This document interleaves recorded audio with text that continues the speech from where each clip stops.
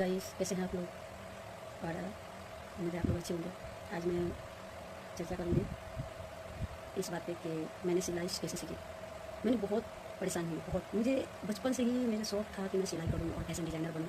मैं ऐसा सिलाई करूँ ताकि मुझे किसी के सामने ये बोलना ना पड़े कि मुझे ब्लाउज़ सिलवाना है, मुझे कपड़े सिलवाने हैं। क्योंकि बचपन से मैंने बहुत संघर्ष किया, क्योंकि मेरे फैमिली जो थे, मम्मी पापा, ये सब थोड़ा हमारे उस समय में बहुत ज़्यादा परेशानी थी घर में।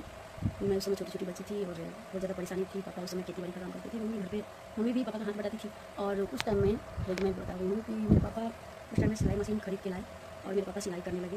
उन्होंने एक टेलर से सिलाई सीखी और थोड़ा बहुत उनको जानकारी हो गई सिलाई करने के लिए। सूट, ब्लाउज़, पेटीकोट हर कुछ पापा मेरे सिलने लगे, जहाँ तक कि कोट पैंट भी सिलने लगे।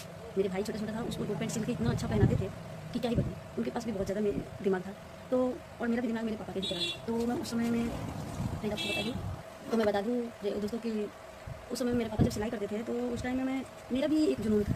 मैं उस समय मतलब ज़्यादा छोटी नहीं थी, 13-14 साल का मेरा उम्र था, 13 साल था।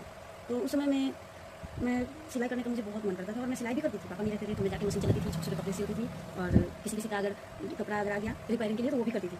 तो 10-5 रुपये मैं भी कमा लेती थी, तो मुझे अच्छा लगता था। मैं सोचती थी कि अपने हाथ में अगर हुनर हो तो मैं कुछ भी कर सकती हूँ। तो मुझे भी एक जुनून था कि मैं और कपड़े सिलाई करूँ।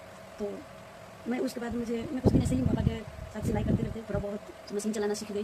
बट मुझे कपड़ा काटना नहीं आता था और पापा सिलते थे, बट वो थोड़ा पुराने मॉडल के सिलते थे। तो मैं चाहती थी कि मैं नया मॉडल का कपड़ा सिलूँ, नया फैशन का कपड़ा सिलूँ। तो मैंने अपनी मम्मी से बोली, मेरा शादी हो गया। फिर यहाँ शादी हुआ तो मेरी सास से मैं बोली, यहाँ गाँव में सरकारी कैंप निकला था। तो कैंप निकला था तो मैं अपनी सास को बोली कि 200 रुपया लगता है एडमिशन कराने में, मुझे भी सिलाई सिखवा दीजिए। मेरी सास बोली कि नहीं, मैं यहाँ सिलाई क्या सीखेगी, यहाँ सिलाई नहीं सिखाएँगे हम। मतलब थोड़ा अजीब तरह से बात की बिहेव से। तो मैं उस समय कुछ नहीं बोली, फिर चुप हो गई। मैं घर गई क्योंकि मुझे तो जुनून था कि मैं सिलाई करूँ। तो और मशीन ऑलरेडी मेरे पास था पापा वाला। तो मैं सोचती थी जब मेरे घर में मशीन है, मेरे पापा भी सिलाई कर रहे हैं, तो मैं क्यों नहीं सीखूँ।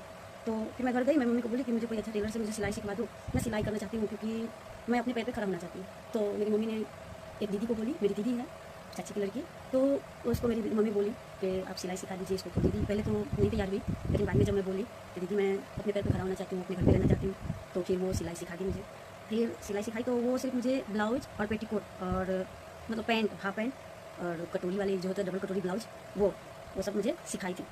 बहुत अच्छा वो भी सिखाई जो मैं उस समय मैं दीदी से तो सिखाई थी। तो मैं उस समय क्या किया कि 25 दिन में मैंने टोटल सिलाई करी, सीख ली। और सीखने के बाद मैं चल गई अपने हस्बैंड के साथ गुजरात गई। तो मुझे वहाँ पे मशीन नहीं थी और मुझे बहुत मतलब जब सीख के गई थी तो मेरा हाथ बार-बार मुझे फँसाता था कि मैं कुछ सीऊँ अपने लिए।